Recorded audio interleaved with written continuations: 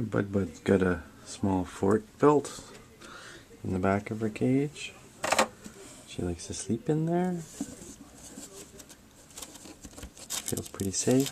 I think she helps keep her warm on cold nights. They're used to nesting underground. They're kind of subterranean and semi-nocturnal.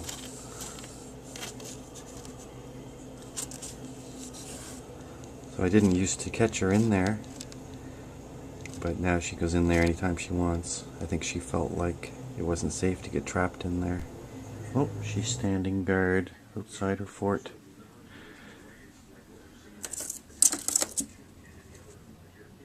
Retreat, retreat. Defend, defend. Get him, get him.